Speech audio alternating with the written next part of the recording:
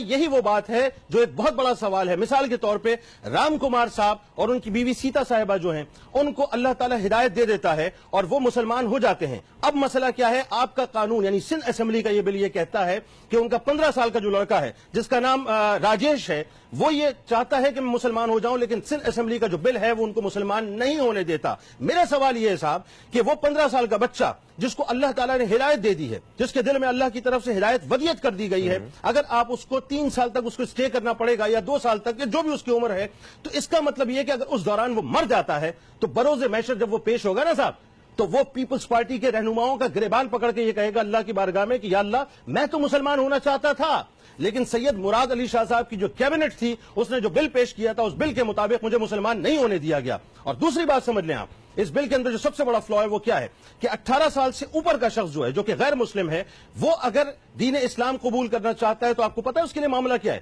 21 دن تک اسے ایک سیف ہاؤس میں رکھا جائے گا، یعنی فیصلہ کرنے سے پہلے اسے سوچنے کا وقت دیا جائے گا، اسے مختلف مذاہب کے لٹریچرز دیے جائیں گے اور اس سے کہا جائے گا کہ اپنے فیصلے کو ریکنسائل کرو. یعنی اس کا مراد یہ ہوئی کہ اللہ اس کو جو ہے ہدایت دینا چاہتا ہے، بندہ اس کو سیف ہاؤس میں رکھ کے 21 دن کا موقع دینا چاہتا ہے کہ وہ سوچے کس کی سانس کی ضمانت ہے کہ کون کتنا زندہ رہے گا. جس کو ہدایت اللہ نے دے دی ہے، یہاں سندھ اسمبلی کا کون سا ایسا قانون ہے یا کون سا ایسا لیڈر ہے جس کے پاس یہ پاور ہے کہ وہ اللہ کے اور رسول کے قانون کو ڈیویٹ کرے، اس کو ایک طرف رکھے اور اس کو 21 دن کا موقع دے؟ اس کا مطلب یہ ہے کہ آپ مکمل طور پر اللہ اور اس کے رسول کے قانون کے خلاف بات کر رہے ہیں. مجھے ایک بات بتائیے، اسلامی جمہوریہ پاکستان آپ اسے کہتے ہیں فہیم بھائی، جی اسلام کے نام پر اس کی بنیاد رکھی گئی ہے، اسٹیٹ کا مذہب جو ہے دین اسلام ہے.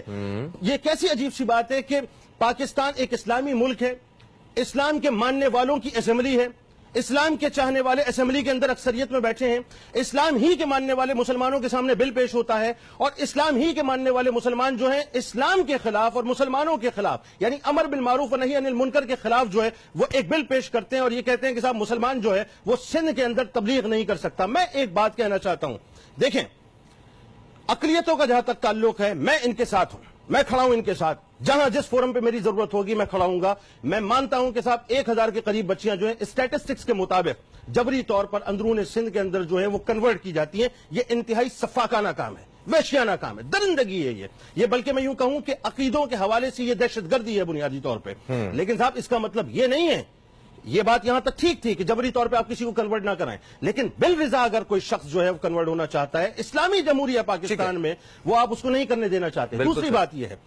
بات یہ ہے دنیا میں بڑی بڑی سیکولر اسٹیٹس موجود ہیں، سیکولر ممالک موجود ہیں. امریکہ نے آج تک پابندی نہیں لگائی صاحب، اس طرح کا کوئی بل پیش نہیں کیا.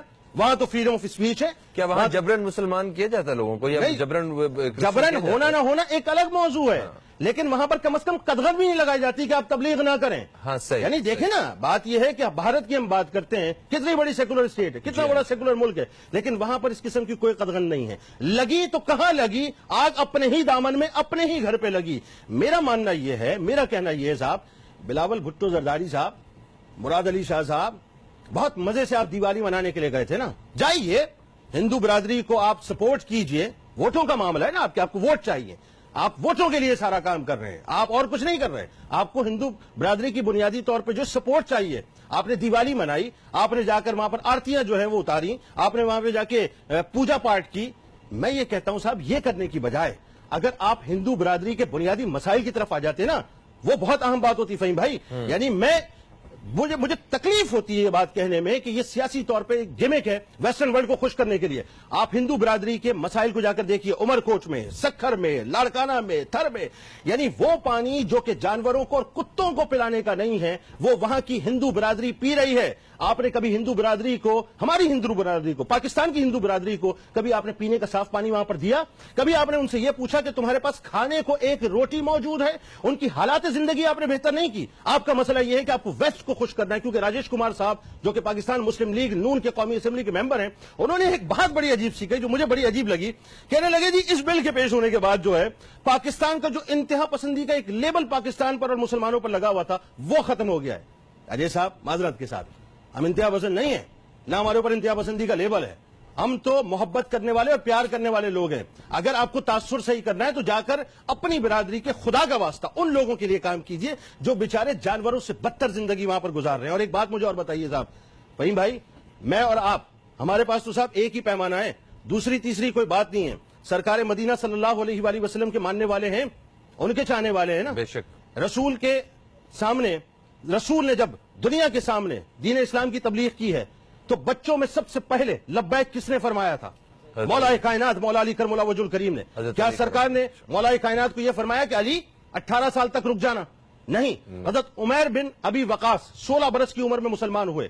حضرت معاذ بن عمر 12 برس کی عمر میں مسلمان ہوئے. حضرت معاذ بن افرا 12 برس کی عمر میں مسلمان ہوئے. حضرت زید بن ثابت رضی اللہ تعالیٰ عنہ 11 برس کی عمر میں مسلمان ہوئے. حضرت عمیر بن سعد 10 برس کی عمر میں مسلمان ہوئے. حضرت ابو سعید خدری رضی اللہ تعالیٰ عنہ 13 برس کی عمر میں مسلمان ہوئے. حضرت انس بن مالک رضی اللہ تعالیٰ عنہ 8 برس کی عمر میں مسلمان ہوئے. آپ ویسٹ کو خوش مت کیجئے, خدا کا واسطہ آپ ویسٹ کو خوش مت کریں.